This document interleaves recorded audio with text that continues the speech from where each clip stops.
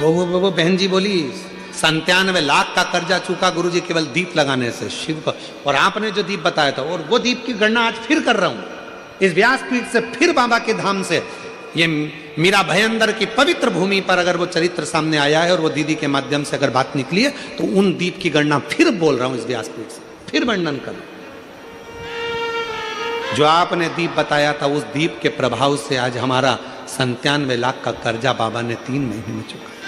कैसे व्यवस्था करी, क्या व्यवस्था करी, ये वही जानता। वो 2 दीप आज अगर कथा निकली है ज्वालासुर की, तो अपने भीतर वो 2 दीप का महत्व अपने अंदर उतार कर रखी है। वो 2 दीप साधारण नहीं है, जो हमने पहले 7 साल पहले भी कथा के माध्यम से बताया था। यदि आप लोग यूट्यूब पर कथा सुनते होंगे, जब व्यक्ति हताश हो जाता है, कर्जे में लदा लूम हो जाता है, बहुत दुखी हो जाता है, कुछ भी नहीं रहता, फैक्ट्री नहीं चलती, व्यापार नहीं चलता, कोई काम नहीं चलता, ना कोई व्यापार चल पाता है, टूटकर आखिरी में सोचता है अब बच्चों का भरण पोषण कहाँ से करूं, परिवार को कैसे पालूं, मर जाऊं तो अच्छा है। मेरा उन लोगों से निवेदन है, मरना किसी चीज का हल नहीं, उसकी कृपा होना चाहिए, उसकी दया होना चाहिए, किसी दूसरे की सामर्थ्यता नहीं।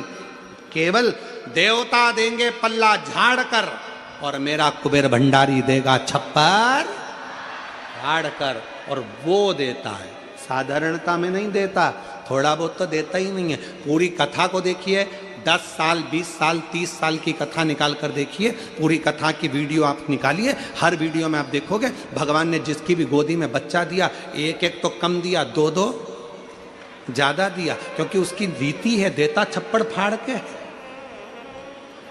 थोड़ा बहुत तो देता ही नहीं है।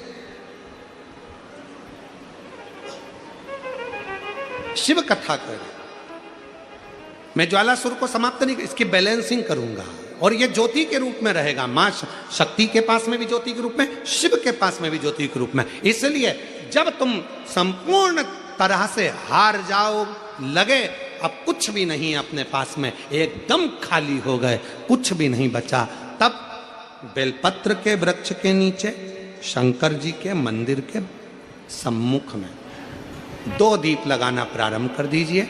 एक लंबी बाती का दीप, एक गोल बाती का दीप, एक शक्ति का, एक शिव का, दोनों दीप घी के, दोनों सामने रखो, बाबा को प्रार्थना करो।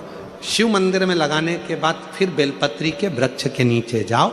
उस बेलपत्री के वृक्ष के नीचे जाना जिसकी छांव तुम्हारे ऊपर पड़े, पौधा नहीं, पौधे की छांव नहीं आ पाती अपने ऊपर, पौधा छोटा सा रहता तो उसकी छांव नहीं आती। बेलपत्र के वृक्ष की छांव में बैठकर 2 दीप लगाओ जिसकी छांव है।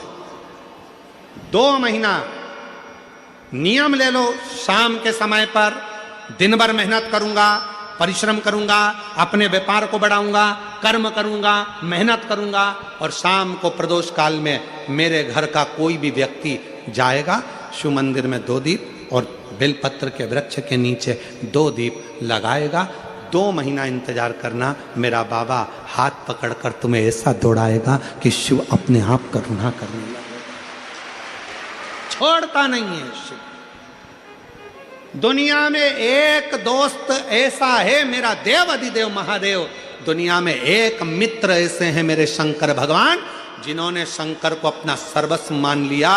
दुनिया में शिव वो दोस्त हैं, वो मित्र हैं कि संसार के मित्र भले छोड़ दें, पर मेरा महादेव, इसको मारूंगा नहीं मैं, ज्वालासुर को समाप्त नहीं करूंगा, इसको संतुलन में लेकर।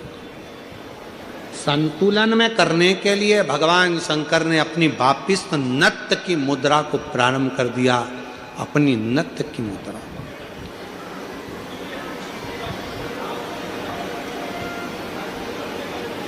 और जो भगवान ने नत्य की मुद्रा को, नट लीला को करना प्रारंभ करा कि वो जो ज्वालासुर था उसकी अग्नि शिव के चारों तरफ परिक्रमा करने लगी, और वो ज्वालासुर आखिरी में शंकर भगवान की शरणागति में पड़ गया। बाबा भोलेनाथ कृपा करिए, दया करिए। शिव जी मुझ पर कृपा करिए। शंकर भगवान ने कहा क्या चाहते हो ज्वालासुर? हम जानते हैं कि तुम मेरे द्वारा प्रकट हुए हो, तुम समाप्त नहीं होगे। मैंने तुम्हारा संतुलन बराबर कर दिया है ज्वालासुर, तुम्हें कुछ चाहिए तो मांगना। ज्वालासुर ने कहा बस बाबा ऐसी कृपा कर दो कि मैं आपसे दूर ना रहूं, आपसे दूर ना रहूं।